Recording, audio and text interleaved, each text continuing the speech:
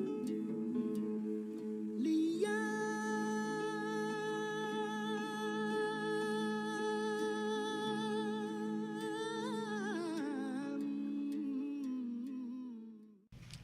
like to invite Leah Wolfson to come up and come up and make some remarks. She is from the Holocaust Memorial Museum.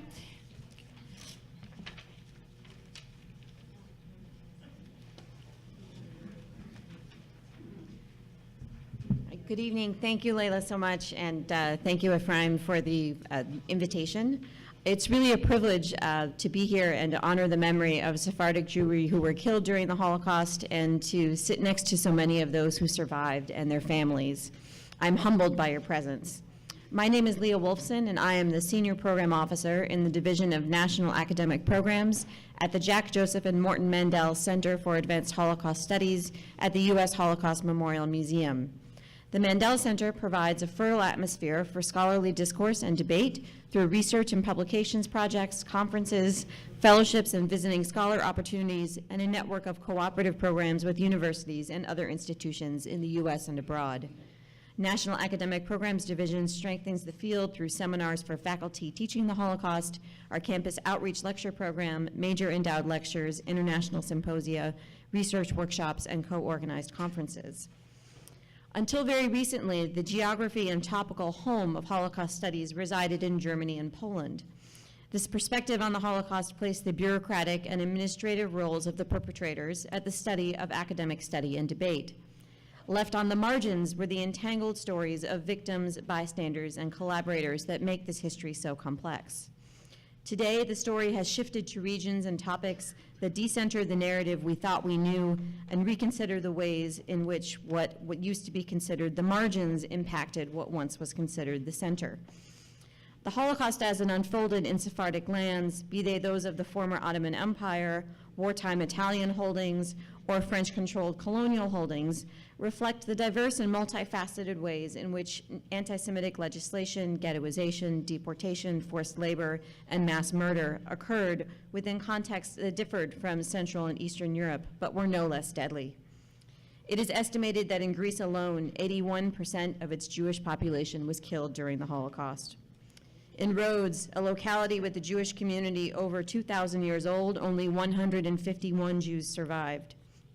In Monastir, Skopje, and Skript, part of Bulgarian-occupied Macedonia, some 7,000 Jews were rounded up by Bulgarian authorities in March of 1943, and after being held in a former tobacco warehouse for 11 harrowing days, were deported to the Treblinka death camp before they were killed.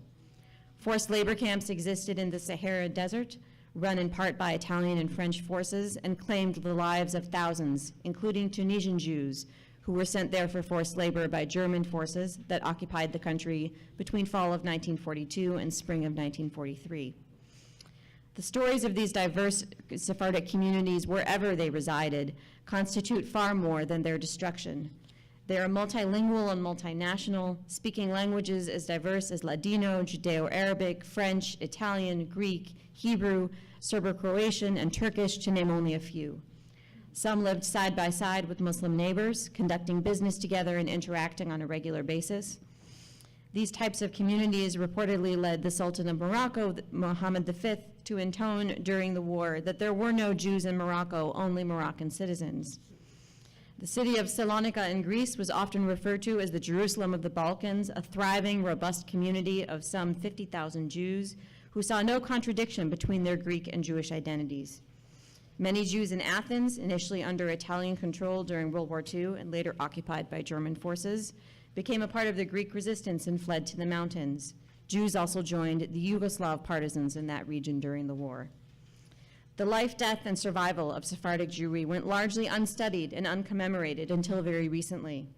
It was not until March of 2003 that a Ladino memorial plaque was finally unveiled at the Memorial Monument at Auschwitz, some 36 years after plaques in 20 other languages. This long-delayed recognition of the Sephardic experience indicated the long-ignored impact of the Holocaust on the Jews from former Ottoman lands and French-controlled North Africa, as well as the Middle East. Sephardic Jews, by and large, did not fit in the tradition of the nation-state model of victimhood, and as a result often faded into the background of the larger story of the Holocaust. For example, the deportation of Salonican Jews in March of 1943, which decimated one of the richest and oldest Jewish communities in Europe, remains largely forgotten. The Holocaust as experienced by Jews in Vichy-controlled North Africa is only now receiving focused attention. Indeed, as the transnational reach of the Holocaust begins to be more fully explored, Sephardic Jews in Spain and Latin American countries are also being researched in ways not previously thought of. In the 16 years since the placement of that memorial plaque, much has changed for Sephardic studies and Holocaust studies. Sephardic initiatives are emerging on college and university campuses around the country, bringing greater attention to the breadth and depth of Sephardic Jewry, its history, and its culture. Indeed, in the immediate aftermath of the Holocaust, a Tunisian memorial book published in 1946 intones in Judeo-Arabic, "We are a part of this story." In the ensuing years, however, the Holocaust as it unfolded in these lands became a historical footnote subsumed by the vastness of the tragedy in Europe. Locales like Libya and Iraq had their own wartime stories of persecution that have gone largely unstudied until recently. Commemorations like this one remind us of the lives lost and found and speak to a culture with rich traditions and heritage that is far from dead. It is the recognition of the importance of Sephardic Jewry as the next frontier of the field of Holocaust studies that leads the Mandel Center and indeed the museum more generally to seriously pursue and support this area of study. None of these efforts are possible without access to archival material. And here I would like to acknowledge my colleague, Jaime Mourner, who is the International Outreach Officer, who's sitting at the back of the auditorium, who is one of those on our staff actively involved in collecting Sephardic materials within our collection. He would be delighted to speak with you. The museum is proud to be consistently expanding its holdings on the subject, including copies of the National Library of Morocco's holdings related to the period, as well as holdings from France, personal collections and papers, and even holdings on subjects found in previously inaccessible Soviet archives. The museum holds major Jewish community archives from Greece, including those of Athens and Salonika, as well as smaller but no less important areas like Kos, Kavala, and Patras, and Janina, to name only a few. In some cases, archival holdings at the museum preserve the last records of individuals before their deportations, as in the case of over 1,000 portraits of monastir Jews prior to their deportation to Treblinka.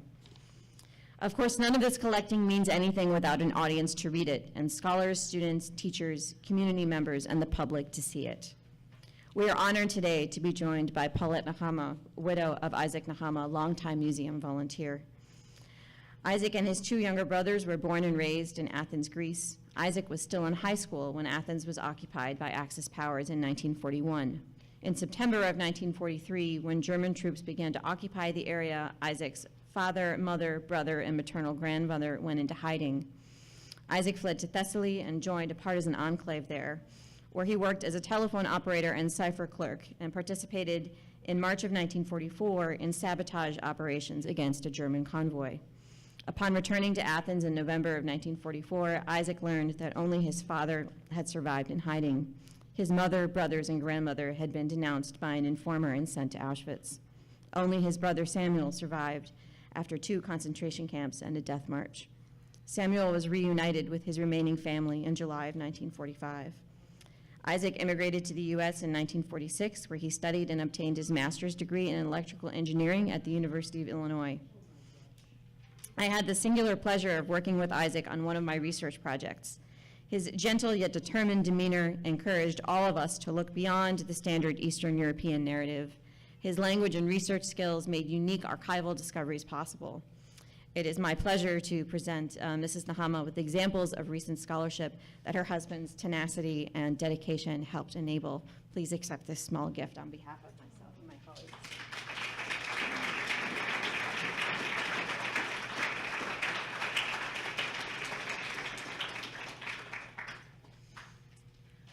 Ultimately, however, today we are here to remember. We remember the words of Alberto Sarfati on the deportation of Macedonian Jews from the Monopol factory in Skopje to Treblinka. The people came out of the building carrying their belongings on their backs. Everyone was carrying things from the oldest person to the youngest. With bowed heads, all approached the black train. In front of each wagon stood a German and Bulgarian policeman checking off a list. It was impossible to sit down in the freight cars. As soon as the livestock had been loaded into a car, it was locked and sealed. The train was ready and left at about 11 o'clock. Hands were waving goodbye from the small wagon windows, and all of us in the building were shedding tears. We remember the words of Gaston Guez in 1946, commemorating those from the Tunisian Jewish community lost to forced labor in the desert. The loss of my brother, Simon Khallam, in the prime of his life, after abominable suffering as a forced laborer in El Aounia, prompted me to write the present work. Many were like him, underwent the same thing, and had to suffer not only injustice, cynicism, and German tyranny, but also a horrific death as a result of their forced labor. While feeling the pain of the loss so dear of my brother, and understanding that families are tried by the same grief, I have faithfully retraced in this work the journeys experienced by many of us. We remember the way that the American Ladino newspaper La Vara commemorated the one-year anniversary of the March 1943 deportation of Salonican Jewry to Auschwitz, just 1 year later in 1944. Toward the end of the month in March, the tragedy that began on the 10th began its final chapters. On a certain day, the exact day is not known, the first of the deported Jews left from the city. 3,000 souls indiscriminately taken from among the residents of the ghetto, the first contingent, were thrown like animals into cargo trains, 70 of them in each train car. Each individual was permitted to take with him only what he was wearing, 1 kilo of bread and a little canteen of water. Among those expelled were cripples, pregnant women, and the ill. The Nazis made no exceptions. Each of these voices reminds us that they are a part of this story that we now know as the Holocaust. Today, we remember their lives. We say, Zichrono Livracha, may their memory be a blessing. Thank you for your time.